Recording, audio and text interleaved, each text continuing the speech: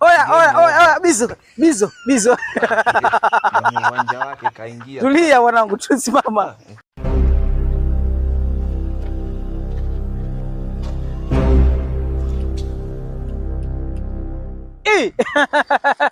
Kivae huyo. Niambie mwanangu. Pole, inakuaje mwanangu? Mambo fresh ndugu yangu. Cheki. Yeah. Mimi najua waenda na mshikaji wangu pahali najua.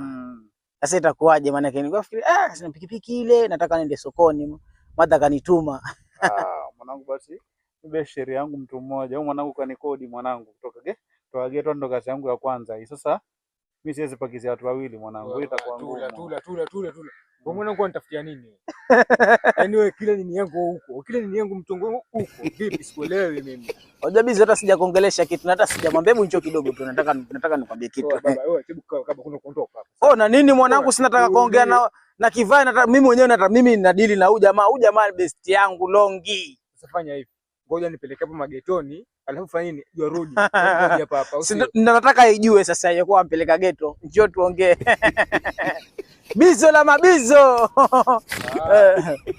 Oya mwanangu jamani msenge mbaya sana. Yataka kuramba pikipiki. Hizo hawezi mwanangu. Au sio? Mimi mambo ya bike masema mambo yangu mwanangu.